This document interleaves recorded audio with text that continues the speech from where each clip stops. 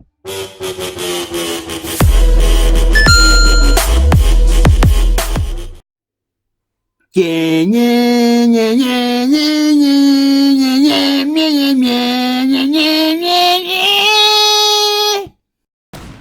everybody, Happy New Year! Yes. And welcome to Cake Burger 2020.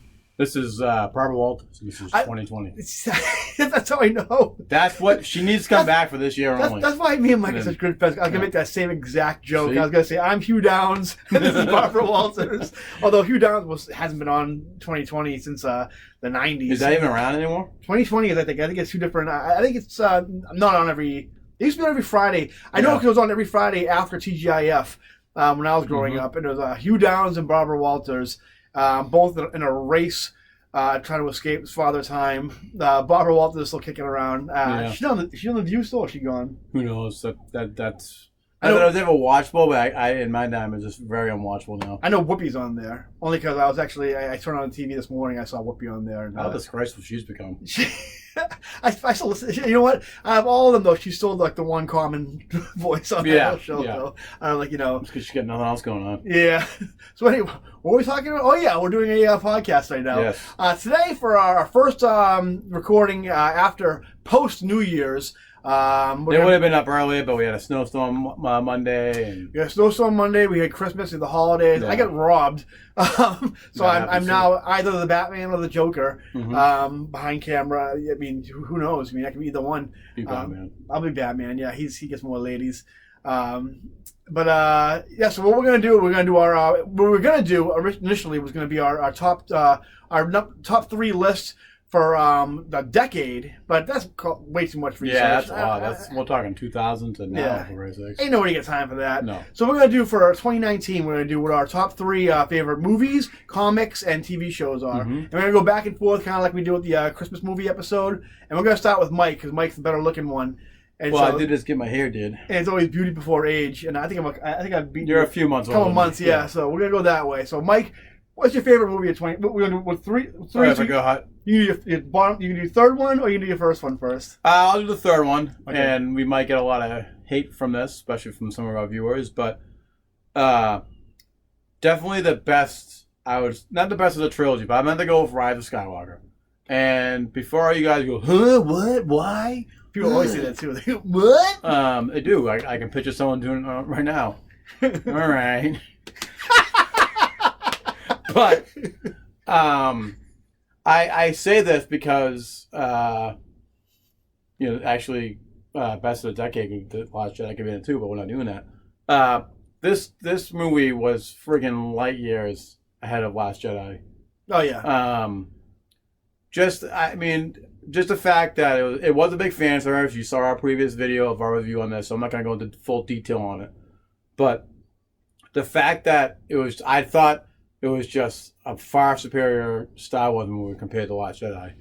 It's not the greatest Star Wars movie, and it's definitely not the greatest of the trilogy. I still think Force Awakens is the strongest one of them all. The new trilogy? Yeah, the new one. Not of all of them. That goes to Empire for me. The new trilogy, I would say Force Awakens is definitely the best strongest out of all of them. Yeah. Again, as I say much because that was just New Hope Part 2, but it's like the smartest kid in the special ed room. Yeah. Anyways, with that. Anyways, no, I and we're gonna do a video on this later too because we're not gonna switch our shirts and you'll see that.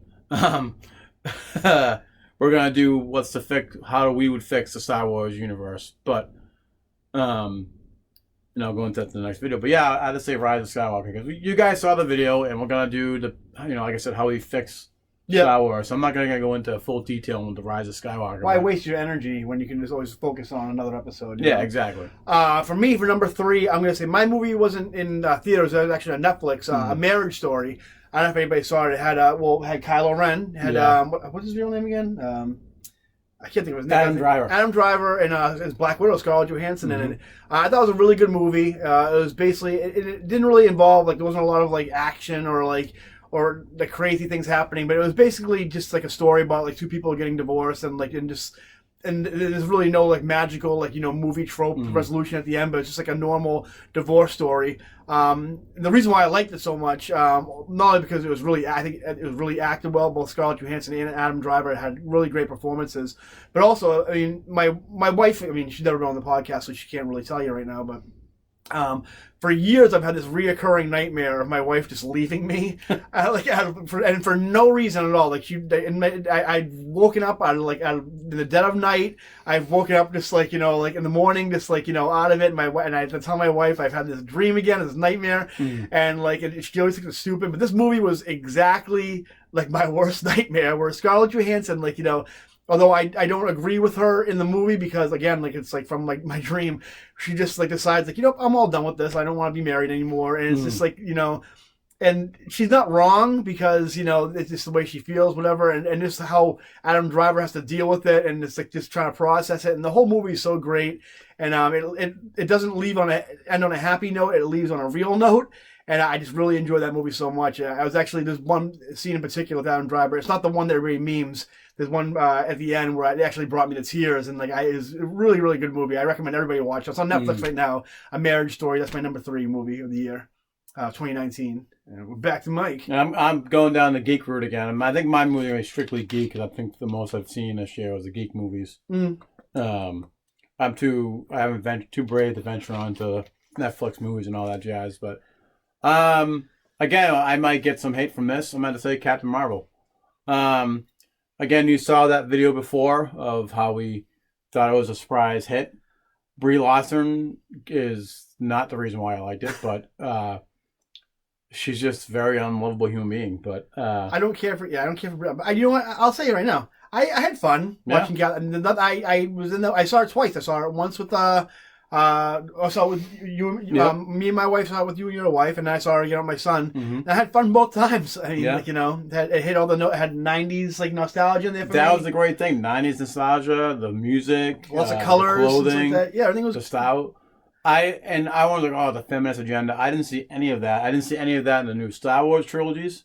I certainly didn't see it in the Captain Marvel movie. And that I know that bothers a lot of people, but even if there was, which I didn't really notice any, who cares anyway? I mean, if I give a quick opinion on the whole like feminazi agenda that Hollywood's pushing, apparently, it's like how long did we watch movies where it was just like big titted girls running around like half naked and like they couldn't do anything. So let them have a couple of years. Like Jesus Christ, out of 100 years of movies, 100+ years of movies, can they have a couple of years where they don't look like assholes? I think the reason why people were afraid of that happening, and it didn't, is because of the Marvel books.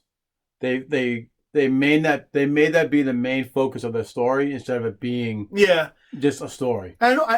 Carol Danvers, I'll say it right now, and I don't mean this maliciously, not my Captain Marvel. I grew up on a different Captain Marvel. I prefer another Captain Marvel. But I'll tell you something right now. In the comic books, not that bad right now. I mean, I still don't like her. I'm not one of my top 10 characters at all. Not my top 20 characters. But she's the way she's being written in Avengers by Jason Aaron in her own book, not that bad. And she's Captain Marvel, guys. Now deal with it. But I don't know why we kind of went off on that. But we're talking about Captain Marvel. Yeah, that's what we do. But yeah, I mean, I enjoy Captain Marvel quite a bit. That came out in February or February? Yeah, so yeah. It's hard to remember that it came out this year because it's confusing because I know we talked about it came out. Yeah, it came out this year. Black Panther came out in February of the previous year before Infinity War. I now realize that because I remember a lot of internet people saying the only reason Captain Marvel made $1 billion because it was riding on the coattails of Endgame. No, it made that much money because it was a good movie. It was fun, So yeah, that's Mike's number 2. My number 2, I think, is going to be Avengers Endgame. Avengers Endgame. As much as I'm hot and cold with that, I go back and forth. I'd be lying if I said I didn't have a good time. In fact, I have a great time seeing that movie. Like I said, just like Rise of Skywalker, tons and tons of fan service. Yeah. Fan service. The movie is Endgame. I think a lot of it was a lot of promotion for the older movies for a box set that may be coming out or Disney Plus. But there were some great moments. Again, like the part where where Captain America said Avengers Assemble. Yeah. I squealed like a little girl in that movie. You can ask anybody who was in the theater with me. I legit which I haven't been. The last time I was like that, seeing anything comic book related, when I think Thawne was I forget his name, but the actor was at the end of the season finale of the first season of Flash, mid-season finale was the first time I ever like got up and was like, ah. And I was definitely like that during Endgame. I enjoyed a lot of stuff about Endgame, except for a couple things. A lot of things I didn't really agree with it, but you know, yeah, I'd be lying if I said I didn't have a good time. And like it was really a good send off to that whole era of Marvel. You stole my number one. That was my number one. So I'm gonna have to switch it up a little bit. I guess I can go with movies wise would be probably Spider-Man: Far From Home. At the time, I did think it was one of my favorite Spider-Man movies, being up there with Spider-Man 2. But now that I realize that the first movie was better. It's still up there for me. Yeah. I mean, you kind of took my number one because I was kind of going back and forth between Spider-Man: Far From Home and Parasite. Parasite, you guys go see it. I think it's still in theaters right now. It's an independent foreign film like that, but it's really really good. It's also you have to read a little bit, but whatever. Yeah. But Spider-Man: Far From Home, when I first saw it, I loved it. And then once I sat on it for a little bit, I'm like, there's still the Tony Stark stuff in there. Yeah. And I was hot and cold on it, but I mean, as far as movies go this year, that I think got my maximum enjoyment. I think Spider-Man: Far From Home was it, because it had that. Spider-Man 2 is my favorite Spider-Man movie of all time, and that scene with Mysterio gave me the same exact feelings I had when I watched him fight Dr. Octopus in Spider-Man 2. A lot of people think Spider-Man has to be like this New York-based character. For me, my favorite Spider-Man story of all time is Spider-Man versus Wolverine. Yeah. And none of that takes place in New York. Well, at the beginning of it takes place in New York, but it's mostly Spider-Man traveling to like a foreign land. I think it was like Germany or something like that. Yeah. And I love that kind of stuff. I like Spider-Man going on misadventures. I like Spider-Man being like the Charlie Brown of the Marvel Universe, where like he's just like always out of his element, always getting shit on, and never getting the respect that he deserves. And I thought Far From Home was great, well acted. Yeah. I liked Tom Holland, obviously. Any Jon Favreau was good for me.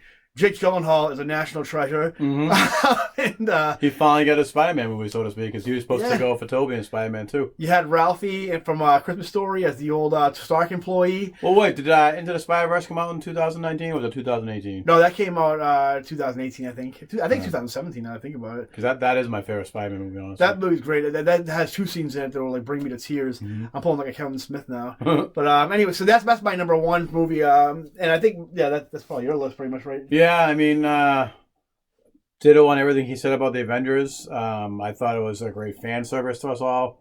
It was the best Avengers movie that we've gotten. It's one of the best Marvel movies that we've gotten. Yeah. It's a very like everything you've as a comic book fan, everything you want is in that movie.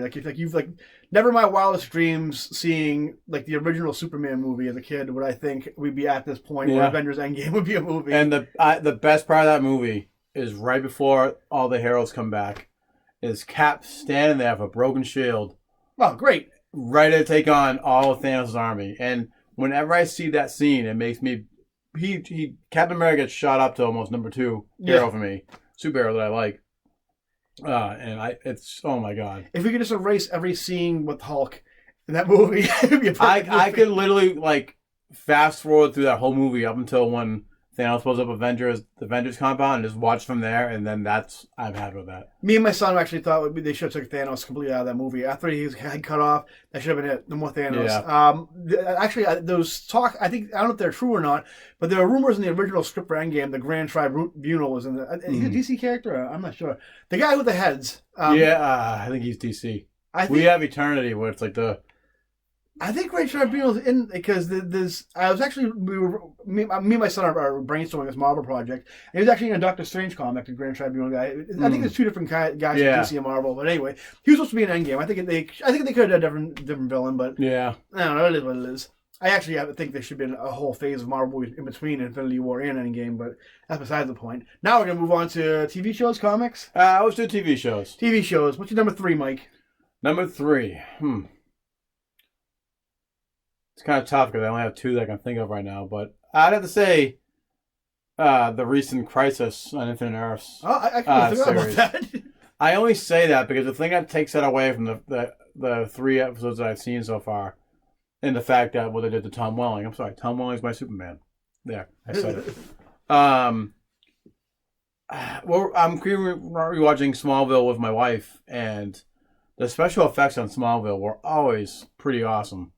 I watched 3 of the episodes of the whole Crisis. You know, Supergirl. What were I can't remember what the other 2 were. And the special effects were god awful. Yeah, I think they spent a lot of money getting those actors. Yeah. There's a lot of star power. Well, I mean, not like TV star power anyway. But I thought it was pretty good. I ended up watching it when they all came out. I had them on my DVR. I refused to watch them until they were all done. I think they did Tom Welling a little bit of injustice, but I don't think that was really on them. I think that was more Welling himself. He wanted to stay true to what no flights, no tights type thing, and like but he can still come back because his planet still might get wiped out.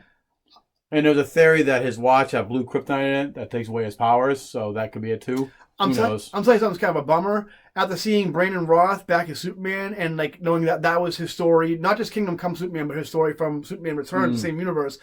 I'm telling you right now, they oh my god, I don't know who Tyler, what was his name? Tyler, whoever playing Superman right now in the CW universe, they picked the wrong Superman to do a spin-off series on. Yeah. I mean, oh my god, would I love to see Brandon Roth come back. Brandon Roth or Tom Welling, I mean, I know he loses his powers. Oh my god. But still. But I guess Brandon Roth, the same thing. He said he's all done after the season, he's all done Legends of Tomorrow, and he's all done with that part of his career. I like how they said, he looks like Captain Adam, whatever the hell his name is on there. Oh, Adam. Yeah, Ray Palmer, he looks like Ray Palmer. My pick for my third favorite is going to be season 4, Rick and Morty. Again, I love Rick and Morty. I think it was a good year between season 3 and season 4. And as soon as I watched the first episode, I'm like, God damn, did I miss this show? I'm like, that show like is right up my alley when it comes to humor. Anything goes, like sci-fi. I love that show so much. It's better when you watch it too on like Hulu or whatever. It's on unedited. You can hear the swears and stuff. I think that show and South Park are probably tied for my 2 favorite animated series of all time. I love that show was great. They had a really funny episode with dragons, and it turns out the dragons are all these like in dragon culture, they're all just like wicked degenerates who just like fuck each other and like like wicked depraved sexual beings. You gotta watch it; it's so funny. So yeah, Rick and Morty season 4 is my favorite, third favorite so far 2019.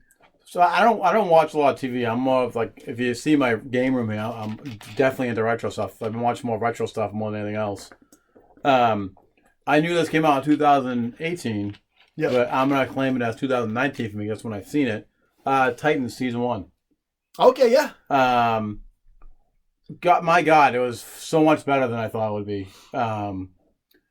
And like if you've seen it, so they've lead up to Batman being an asshole. Yep. A killing asshole, but he's not.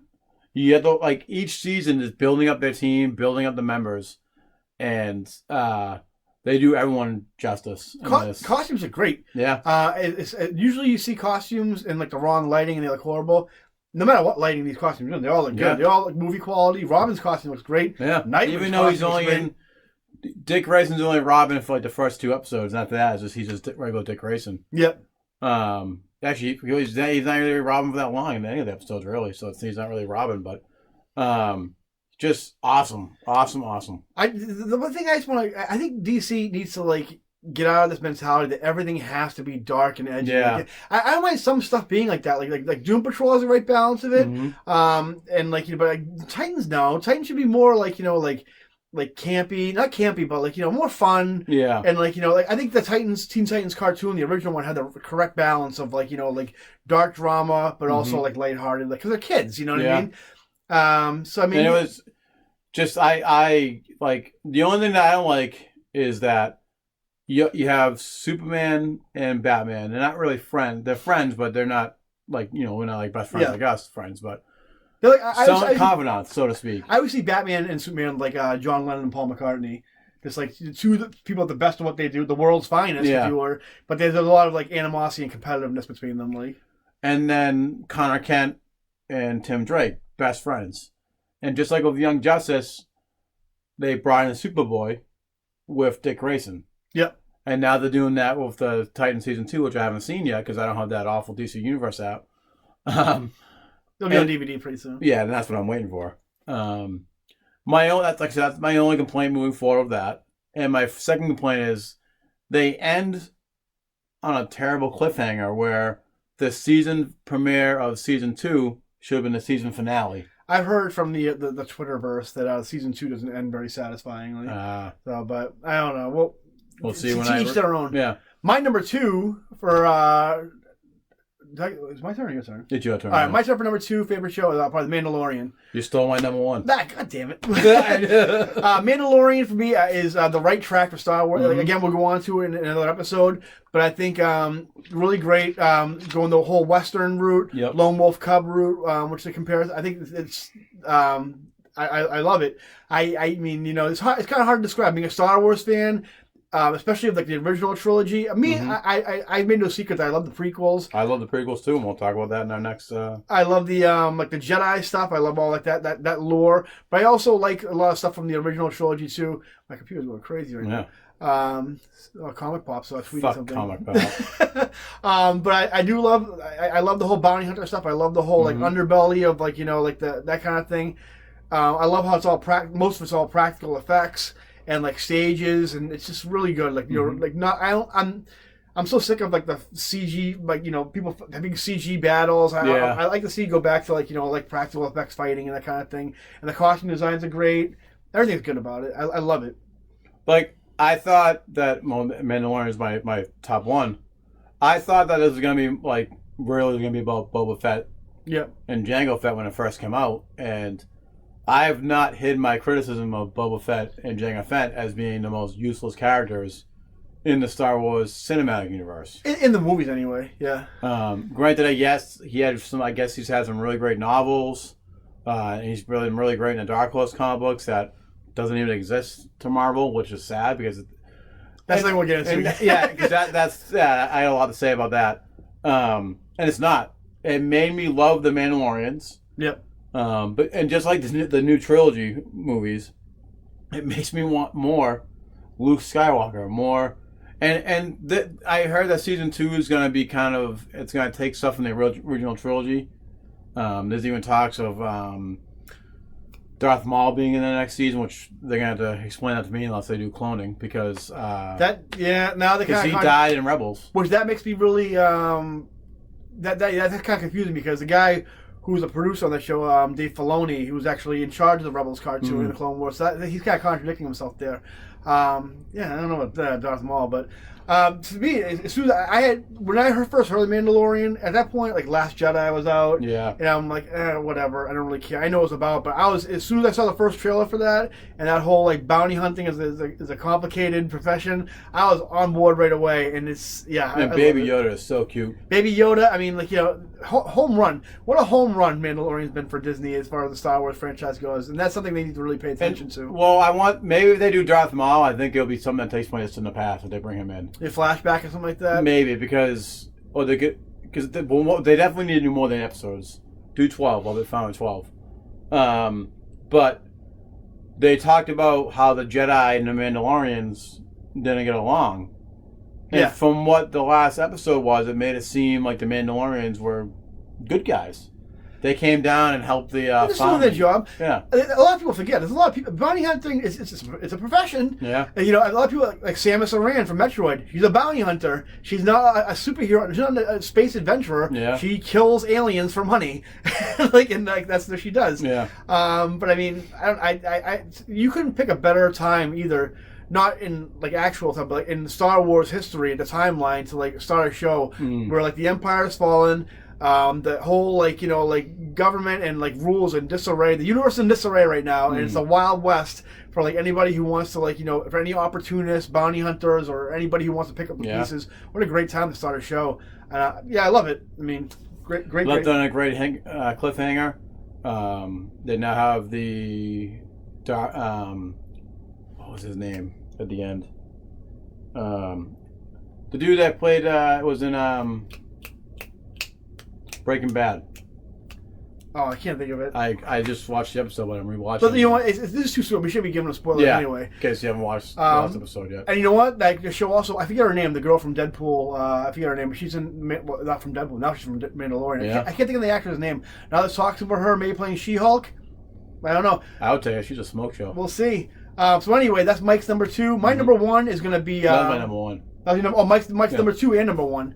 My number 1 is going to be The Boys on Amazon Prime. Have you watched The Boys? I want to get into that. What perfect show. And every single better, and you know what, I'm not gonna, no, it's not gonna better. My favorite superhero show of all time, and I would say even movie also, besides the original Turtles, is Daredevil on Netflix. But The Boys, Daredevil's phenomenal. but the Boys, you know, right there with Daredevil, everything you want from a superhero, over the top, like, you know, hyper violent, funny, and like the costumes are all, but the costumes are great. The movie grade, the production's movie grade, everything's so good about it. The comic is okay, but the show is like just it borrows a lot from the comics. Well, it does a lot from the comics, but it kind of like changes the story up a little bit. But oh my God, it's so good. I can't say enough about The Boys. Watch it. It leaves on a cliffhanger where you're like, another one where I just went, no, you can't end That's now. something I gotta watch by myself because I don't think the wife wants to watch it. So. Oh, the guy who, I can't think of his name. I can't think of the character's names. There's so much content out there where I'm like, my brain's overloaded with all these character names and stories. But the guy, Carl Urban's great in that, for one thing. And the guy who plays the Superman type character, I forget his name, but he's like a cross between like Jason Bateman and like, you know, Jason Bateman is funny. Yeah, but he has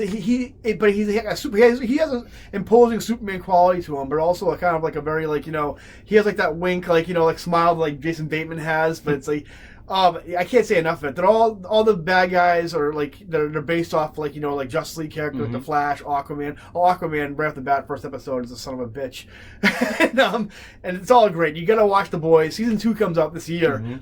But yeah, oh my God, it's like 13 episodes, something like that. Catch up on it because it is. I'm telling you right now. I'll have to binge that by myself because I also want to watch The Witcher too. I heard great things about The Witcher. I haven't started The Witcher yet, so I mean, I think that would go into 2020 category anyway. Yeah. So that's my list for TV shows. I guess we'll move on to comics now. Move on to comics. I want you to go first. So this is gonna be tough for me because these are literally my top. I have 4 top books. Well, I know we're gonna do 3. So. You do 4. Let's do 4. Yeah. I stole 2 of your number 1 spots, so why don't you? I can do 4. So why don't you take a 4th? It's so tough for me to say which one is which. So we probably already know. Surprise what my number 1 is going to be. But let's start off with number 4, and this is going to be tough because again they're all my favorite books. Well, I'm going to start with my number 4, and it's no disrespect to the book, the Power Ranger books. The Power Ranger books have been phenomenal. I agree. They're still in the Mighty Morphin era after Shattered Grid.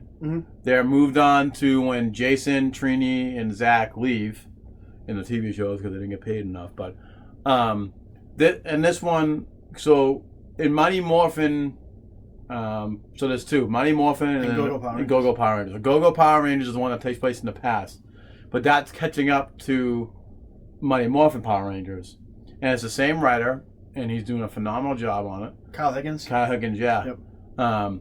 So, Go-Go Power Rangers. They don't really remember what happened with you know, the whole Shattered Grid. Yep. But the present team does. So they're doing a storyline with Lord Zed, and maybe they do remember. Again, it's just so much going on. It's so great. The other thing is, it's such a good superhero, straight up superhero comic with all great sci-fi elements, superhero elements, like, you know, cartoon, Saturday morning cartoon elements.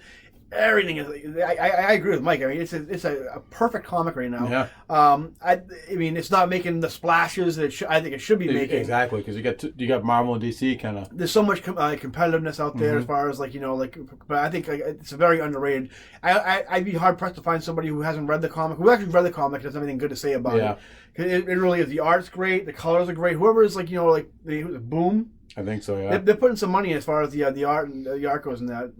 I think, I agree with Mike. I think both Power Ranger series are solid. Yeah. And the first one, the present team is with the new members. I forget their names off the top of my head. I can't. Yeah. Because I stopped watching it then after my big. Zeo Rangers. I think they're going up to Zeo Rangers, but it's basically it takes place right before the Power Rangers movie. Which, by the way, I don't know if you heard, Power Rangers reboot coming out, but not so much a reboot. They have the Power Rangers from the current time going back into the 90s the actual 90s. So it's gonna be like a 90s movie. Yeah, I heard time travel would be involved in that. So that seems pretty interesting. Yeah. But so now Tommy's becoming the White Ranger. He lost his power. Right at the Shattered Grid, he kind of lost his powers. Which one's torn? I like both. I like White Ranger and Green Ranger. Shattered Grid was too long, too played out. I think it was kind of their Clone Saga, too drawn out. Even though I love the Clone Saga, you know that for me. But and then the storyline after it was kind of boring. It was a bunch of Power Rangers from different timelines came in together trying to fix the grid. I kind of fell off that, but then I got back into it when I got back to the present time, and it just brings back all those great memories of watching that really awful show. Because when we were kids, we loved it, but we go back and watch it now, it does not age well. But no, I think Power Rangers is probably like the Star Trek of like the millennial generation, because just like Star Trek, the original Star Trek, the one with like Kirk and stuff like that, like the original one with like Shatner and stuff like that. Yeah. That show doesn't hold up either. It's very corny and hokey, but it's evolved through different phases and different generations like that. So I think a lot of people kind of like it can reinvent itself just like Star Trek does. Yeah. So I don't think Power Rangers is definitely a Star Trek of for me, my number 3 would be it wasn't it's not an ongoing series. It was a mini series. Was the Batman Universe by Brian Michael Bendis. I forget the name of the Nick Durender. I forget his name, but this was just crazy, like Silver Age Batman, like like awesomeness. It starts off like you hear like Brian Bendis, and you think of Brian Bendis now, and it's kind of like Brian Bendis. But then you also think he did like like Jessica Jones and Daredevil. Were all really solid books. And Ultimate Spider-Man. And this is like A-game Brian Bendis, like Batman, where I'd almost say I'd like to see him on the Batman ongoing. Yeah. I don't think he has that many long-term Batman stories in him. But he would do Batman better than what he's doing with Superman, by revealing his identity. I'm like, but this stuff right here was just like, it was like so perfect Silver Age stuff. It had like Vandal Savage, had like, it didn't have the Joker, like it had like the Riddler, and like Green Lanterns and going to different worlds and Hawkman's world, like Vanguard and stuff like that. It's such a good book and so well drawn, and like Batman doesn't act like the Batman that me and Mike, I think we liked when we were younger, but kind of like grew out of, is the whole Grant Morrison, Bat God, like always prepared for everything. He's kind of more of like, like, hey, like, not Adam West per se, but more like Brave and the Bold type Batman. Yeah. Which is a good Batman. I like my Batman self-contained in Gotham. Yeah. I don't care about when he's on Justice League. That's great too. Yeah. That's going to be where he goes off planet, but this is such a good read, very satisfying. It started off as those Walmart books that DC was doing, and they re-released them, that one, and the Tom King, Andy Kubert one, which was also really good. But I love this book so much.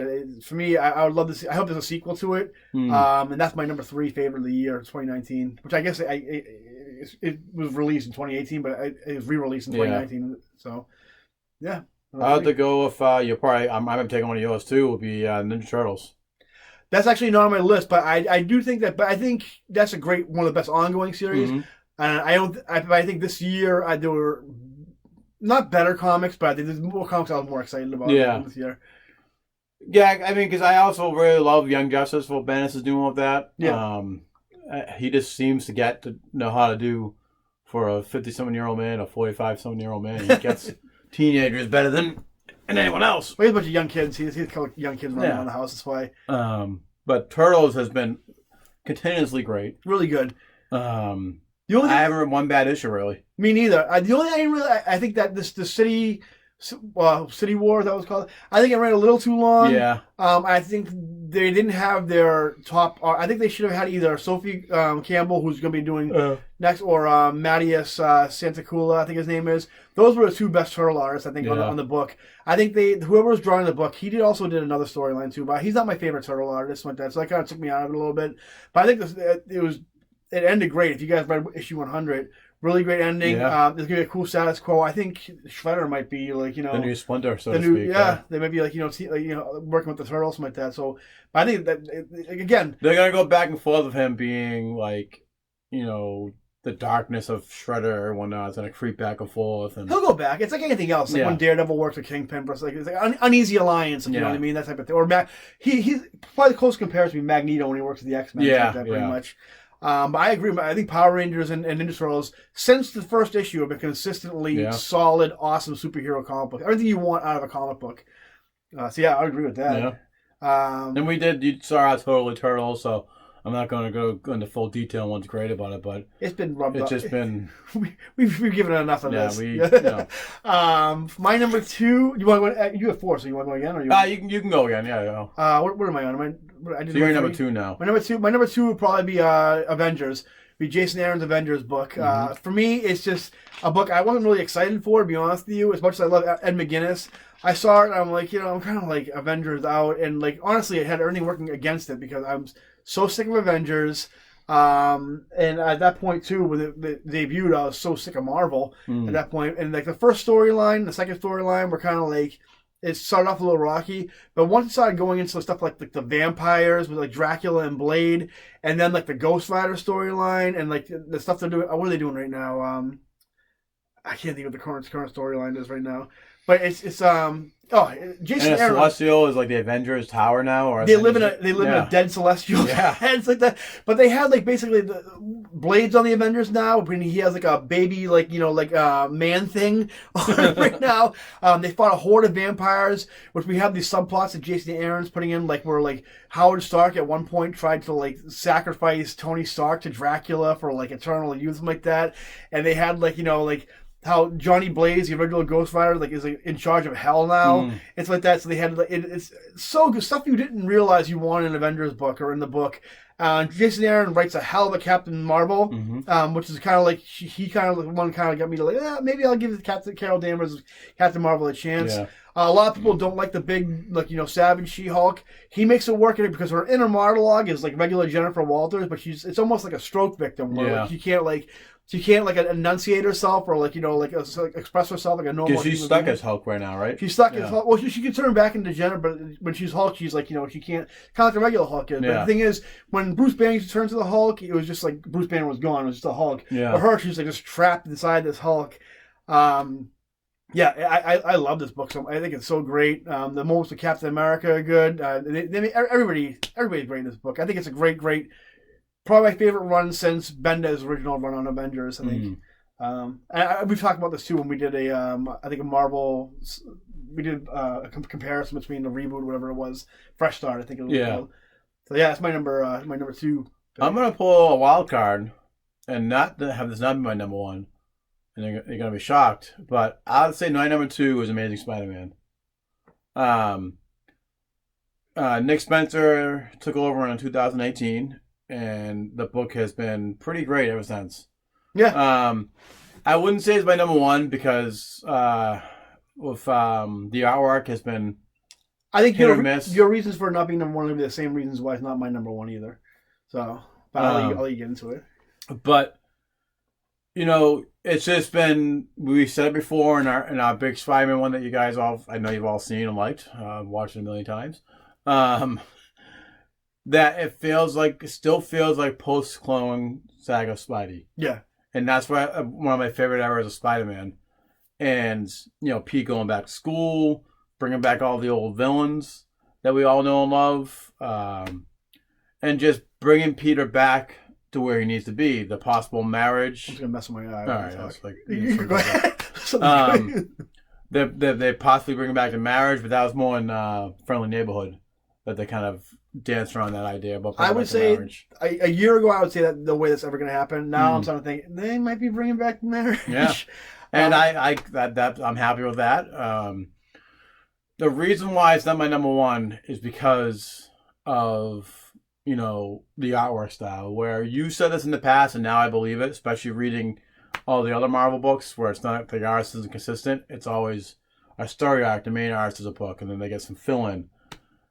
The fill-in for The Amazing Spider-Man hasn't been that great. Yeah. You have Gleason, who's doing a phenomenal job. But then they have someone who tries to draw similar to Gleason, and it's not that great. And it takes away from the story. Yeah. They had Beto Ramos for a few issues, and I mentioned in the past that with him on there. And I'm not dissing his work. I like his work. It just feels more like...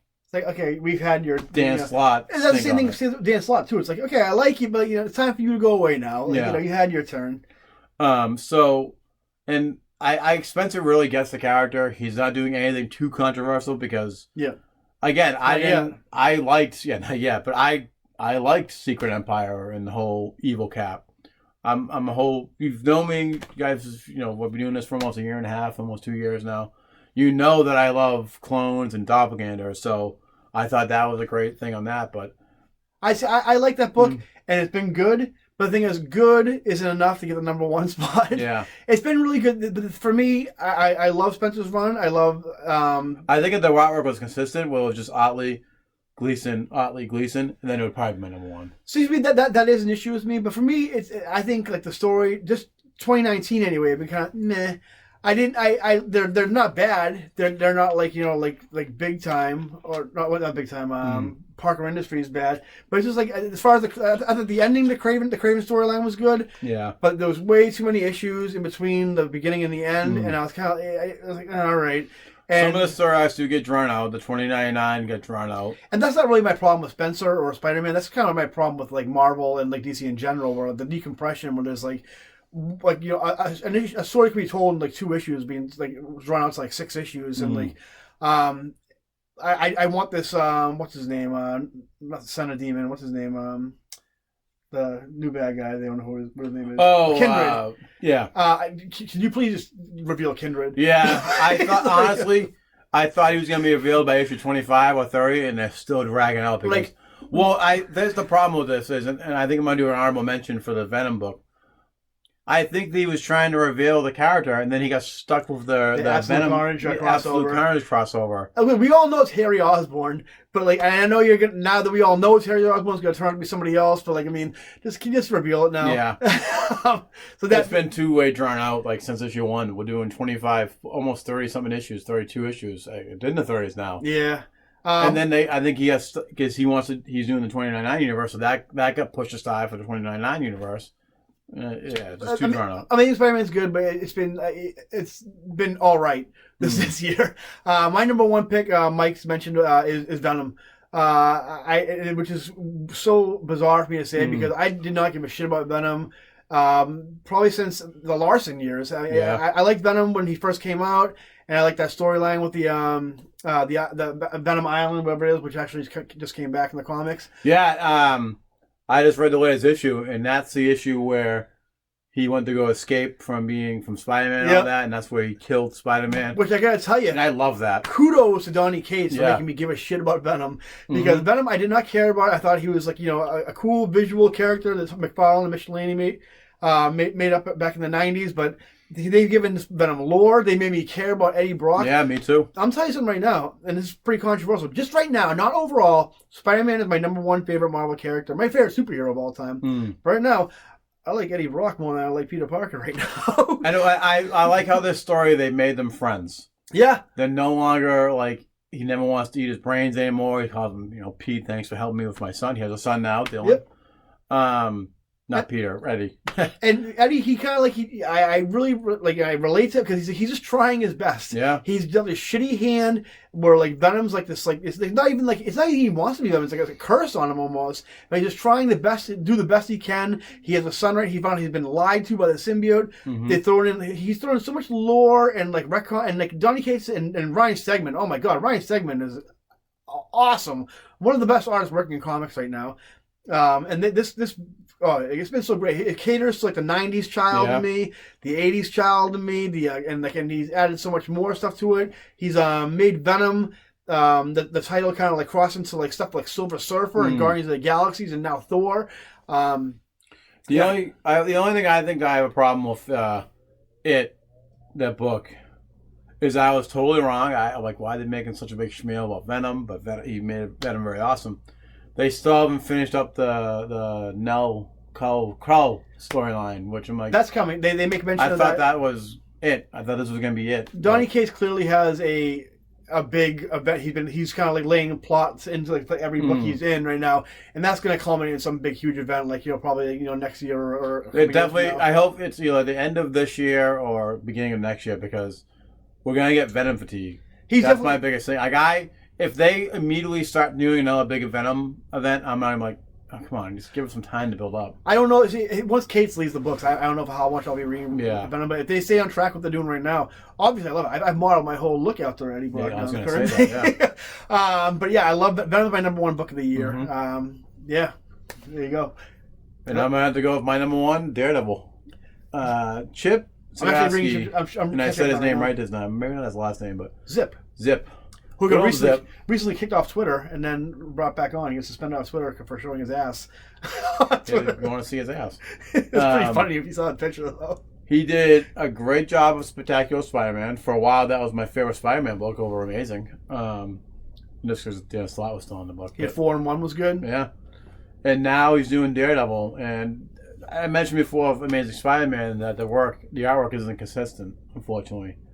But the only minor disappointment was that I thought they were building up where he was going to be kind of turning into Stick, so to speak, and he's going to train a new Daredevil, like that Echo character, whatever his name is.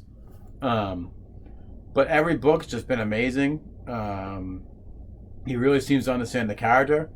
And I know you mentioned one time he's not the biggest fan of Spider-Man, but he brought Spider-Man into the book. I think he turned into a Spider-Man fan after drawing him, or writing him rather. But the book has been exceptionally great. He's kind of building up the whole Kingpin thing of the Kingpin being the mayor and whatnot. He made it like Kingpin's like, I'm done with being the Kingpin, but I'm the mayor. I will turn a blind eye to your crime if you fall in line with how I want you. So technically, he's still kind of doing the whole Kingpin thing, but as the mayor, more legitimately, so to speak. Really well written, the whole book, and the art, the covers. I love the covers. The covers are really great. These watercolor drawings. But yeah, it's really good. I agree with Mike. I mean, and people don't really give. Everybody bitches and moans about like the highs of those like Superman or Batman runs. No one really kind of makes gives no. I can't talk right now. It's been a long episode. Yeah.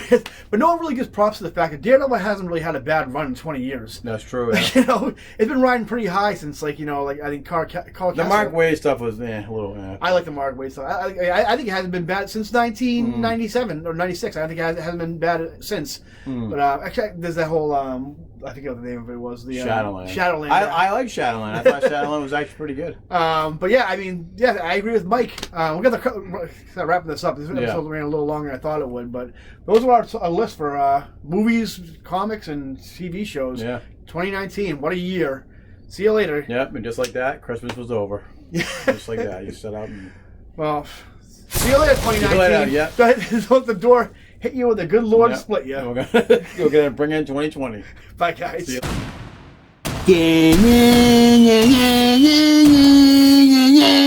you.